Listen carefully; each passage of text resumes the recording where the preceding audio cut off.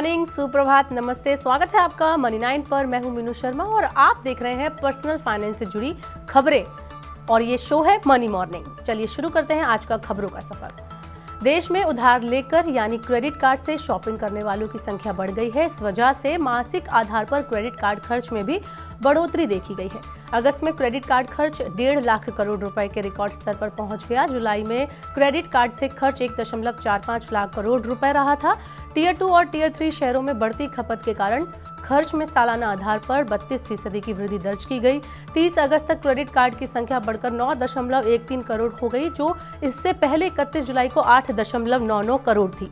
यात्रा और मनोरंजन के अलावा ग्राहक जरूरी चीजों को खरीदने के लिए भी क्रेडिट कार्ड का इस्तेमाल कर रहे हैं। इस वजह से कुल खर्च में बढ़ोतरी हुई है।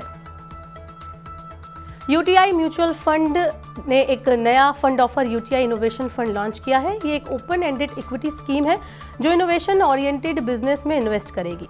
इस फंड की इन्वेस्टमेंट स्ट्रैटेजी 3 प्रमुख बिंदुओं इनोवेशन, ग्रोथ और क्वालिटी पर केंद्रित होगी। UTI innovation fund e commerce, software, fintech, speciality chemical, clean tech, health care, food tech और डिजिटल एड कंपनियों में निवेश करेगा। आरबीआई ने एक और सहकारी बैंक का लाइसेंस कैंसिल कर दिया है। भारतीय रिजर्व बैंक ने नासिक जिले के गिरना सहकारी बैंक लिमिटेड का बैंकिंग लाइसेंस रद्द कर दिया है। ये फैसला बैंक की वित्तीय हालात और प्रॉफिटेबल ऑपरेशन नहीं होने के कारण लिया गया है। लाइसेंस रद्द होने पर अब ये बैंक ना तो ग्राहकों से जमा ले पाएगा और ना ही उन्हें पैसे दे पाएगा। आरबीआई ने सहकारी आयुक्त और रजिस्ट्रार को बैंक को बंद करने की कार्रवाई शुरू करने और एक लिक्विडेटर नियुक्त करने की निर्देश दिए हैं। नीति आयोग राष्ट्रीय खाद्य सुरक्षा अधिनियम और एलपीजी सब्सिडी की समीक्षा करेगा। इसके लिए उन्होंने सेंट्रल कोऑर्डिनेटिंग एजेंसी बनाने के लिए बोलियां मंगाई हैं। ये एजेंसी खाद्य, राष्ट्रीय सुरक्षा और एलपीजी सब्सिडी योजना के प्रभाव का आकलन और उसका मूल्यांकन करेगी। इसका उद्देश्य फिजूल खर्ची पर लगाम लगाना, भ्रष्टाचार और चोरी को खत्म करना और ये सुनिश्चित करना है कि सब्सिडी का लाभ सही लाभार्थियों को पहुंच रहा है या नहीं।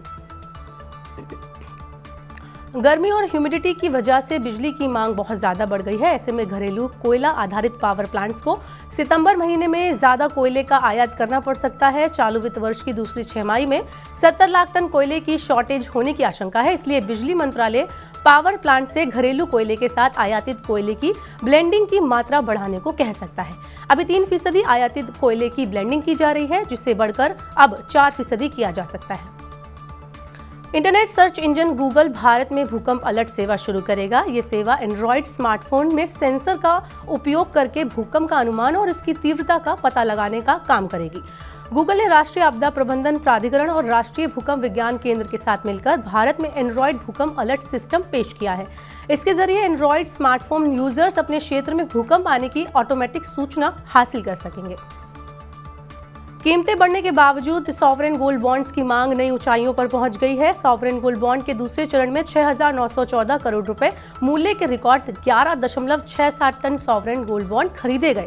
वैश्विक आर्थिक अनिश्चितता, कच्चे तेल की कीमतों में तेजी और घरेलू स्तर पर खुदरा महंगाई बढ़ने की वजह से निवेशक गोल्ड बॉन्ड में निवेश कर रहे हैं। 20 सितंबर को नए बॉन्ड जारी किए गए थे। इसके साथ पहली बार मांग में 10% से ज्यादा की तेजी देखी गई। यूपी रेरा ने घर खरीदारों के लिए एक एडवाइजरी जारी की है और उन्हें आगाह किया है। यूपी रेरा ने घर खरीदारों और निवेशकों को सर्वोत्तम वर्ल्ड प्रोजेक्ट से दूर रहने की सलाह दी है।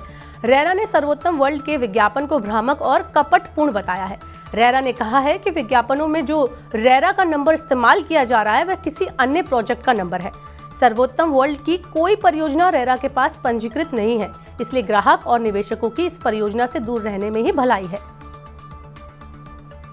विमानन कंपनियों की वैश्विक संस्था IATA ने ग्रेटर नोएडा के जेवर में बन रहे अंतर्राष्ट्रीय हवाई अड्डे के लिए 3 अक्षरों वाले कोड नेम का आवंटन कर दिया है।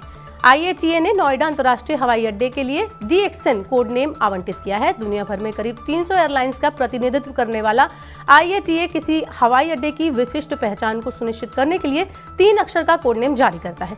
इस कोड नेम से उड़ानों के परिचालन और मार्ग निर्धारण में मदद मिलता है।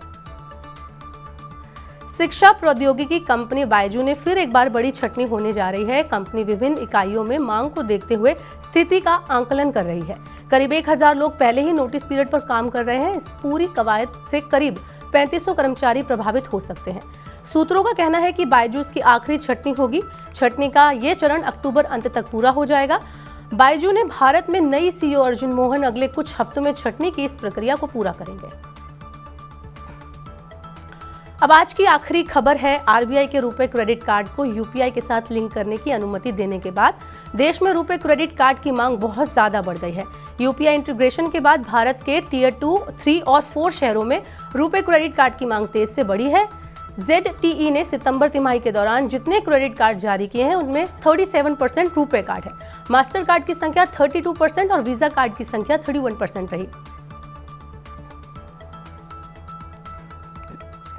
तो आज के मनी मॉर्निंग के बुलेटिन में बस इतना ही। अपने काम की जरूरी खबरें देखने और समझने के लिए सब्सक्राइब करें हमारे यूट्यूब चैनल को।